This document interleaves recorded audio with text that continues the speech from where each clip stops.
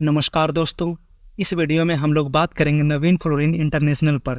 तो आज के दिन नवीन फ्लोरिन में लगभग 14-15% तक की गिरावट देखने को मिली थी, लेकिन बॉटम से बिल्कुल नामात्र की रिकवरी देखने को मिली और आज ही के दिन स्टॉक ने एक नया 52 वीक लो लगा दिया। तो ऐसे केस में इन्वेस्टर्स के माइंड में हमेशा दो क्वेश्चन चलते हैं। फर्स्ट, क्या ये इन्वेस्टमेंट अपॉर्चुनिटी है या फिर अब एग्जिट कर जाना चाहिए। इन सभी क्वेश्चन का आंसर तो मैं इस वीडियो में देने ही वाला हूँ, लेकिन इस वीडियो में मैं ये भी बताऊंगा कि ऐसे हालात में फटाफट खुद से क्या डिसीजन लें और आज के बाद ऐसे हालात में कभी भी किसी और की वीडियो देखने की ज़रूरत नहीं पड़ेगी।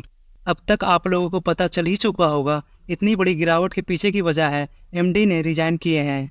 जब भी किसी कंपनी से कोई व्यक्ति रिजाइन करते हैं तो मेनली दो रीज़न होते हैं, पर्सनल रीजन और सेकेंड, कंपनी में कुछ प्रॉब्लम है। प्रॉब्लम यानी कि कंपनी के बुक्स और अकाउंटेंट में प्रॉब्लम।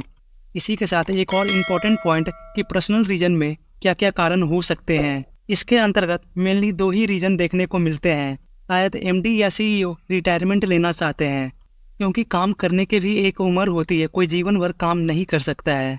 तो फर्स्ट रीजन हो गया रिटायरमेंट और सेकंड रीजन हो गया पेरेंट कंपनी की तुलना में दूसरी कंपनी ज़्यादा पेमेंट ऑफर कर रही है। जब कंपनी में पर्सनल रीजन की वजह से गिरावट होती है तो वो एक छोटी मोटी गिरावट होती है, लेकिन जब कंपनी के अकाउंटेंट में प्रॉब्लम होगी तो वो कंपनी ऑलमोस्ट खत्म हो जाएगी। तो चलिए सबसे पहले देखते हैं कि आज के दिन नवीन फ्लोरिन में रिजाइन किस वजह से हुई है। आप लोग किसी भी न्यूज़पेपर को ओपन कीजिएगा तो ये चीज़ कॉमन देखने को मिलेगा, पर्सनल रीजन। जैसा कि मैं अभी मनी कंट्रोल के वेबसाइट पर हूँ, मैं अगर दूसरी वेबसाइट पर भी जाऊँगा तो वहाँ पर भी ये रीजन सेम ही देखने को मिलेगा, जैसा कि यहाँ पर देखने को मिल रहा है पर्सनल रीजन। एग्जाम्पल के लिए एक और वेबसाइट ओपन कर लेता हूँ और यहाँ पर भी आप लोगों को देखने को मिलेगा पर्सनल रीजन। पर्सनल रीजन है तो डरने की कोई बात नहीं है, क्योंकि ऐसे रीजन पास्ट में भी बहुत बार देखने को मिले हैं। 4 सप्ताह पहले ऐसा ही कुछ रीजन कोटक महिंद्रा बैंक में भी देखने को मिला था, जहाँ पर उदय कोटक ने एमडी और सीईओ पर पोस्ट से रिजाइन किए थे। 3-4 महीने पहले टीसीएस में राजेश गोपीनाथन जी ने एमडी और सीईओ को पोस्ट से टीसीएस में से रिजाइन किए थे। ओवरऑल कंक्लूजन की बात करें तो आज के टाइम में टीसीएस भी अच्छे से अपने पैर पर खड़ी है और कोटक महिंद्रा बैंक भी बिल्कुल सही सलामत काम कर रही है। इसी के साथ एक और सवाल आएगा कि अगर कोई प्रॉब्लम है ही नहीं तो ये गिरावट क्यों होती है। तो इसका सिंपल सा आंसर है कंपनी का ये रिटर्न, जो कि लगभग 500% का है। कंपनी ने इतना बेहतरीन रिटर्न किस एमडी के अंतर्गत ला कर दिया है और वो एमडी कंपनी छोड़ दिए हैं। ओवरऑल कहा जाए, एक अच्छा एमडी या फिर सीईओ कंपनी को एक नई ऊंचाइयों पर ले जा सकते हैं।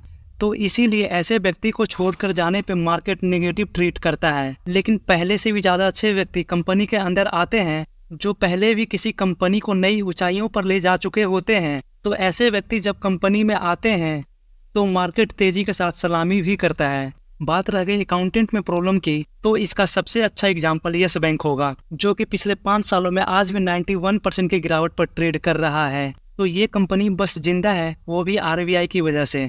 अगर आरबीआई इंटरफेयर नहीं करता तो यस बैंक खत्म ही हो जाता। अब पूरी वीडियो की समरी कुछ ही लाइन में कंक्लूड करते हैं। अगर एक अच्छा एमडी कंपनी को रिजाइन करते हैं तो स्टॉक में गिरावट आएगी, लेकिन जो एमडी कंपनी को छोड़कर जा रहे हैं उनसे भी ज़्यादा अच्छा एमडी अगर कंपनी को ज्वाइन करते हैं तो स्टॉक प्राइस में तेज़ी भी आती है। अगर एमडी रिजाइन करते हैं अकाउंटेंट में प्रॉब्लम की वजह से तो कंपनी ऑलमोस्ट ख़त्म हो जाती है। आई थिंक आप लोगों को सब कुछ क्लियर हो चुका होगा। वीडियो एंड करने से पहले हम लोग एशियन पेंट को भी थोड़ा सा कवर कर लेते हैं। एशियन पेंट के को फाउंडर मिस्टर अश्विन दानी जी, जो कि कंपनी के नॉन एग्जीक्यूटिव डायरेक्टर भी थे, वो हम लोगों के बीच नहीं रहे। उनकी मृत्यु कल के दिन हो गई थी।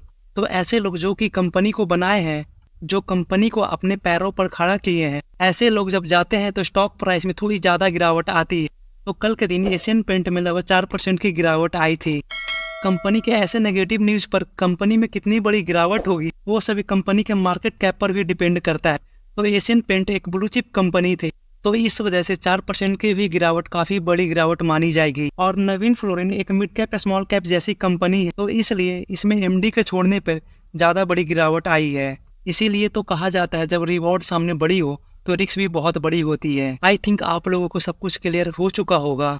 और किसी भी कंपनी में जाने से पहले कंपनी का फंडामेंटल जरूर देखें, स्पेशली स्मॉल कैप या फिर मिड कैप कंपनी में। अगर आप लोग बाइंग करते हैं तो आने वाले कुछ क्वार्टर तक कंपनी के रिजल्ट पर स्पेशल फोकस रखना है, क्योंकि कंपनी के एमडी चेंज होने की वजह से हो सकता है कि कंपनी बिल्कुल नए तरीके से काम करने लगे। ये सभी कुछ हमें कंपनी के अपकमिंग क्वार्टरली रिजल्ट में ही देखने को मिलेंगे। चलिए मिलते हैं फिर किसी और वीडियो में। Thank you for watching.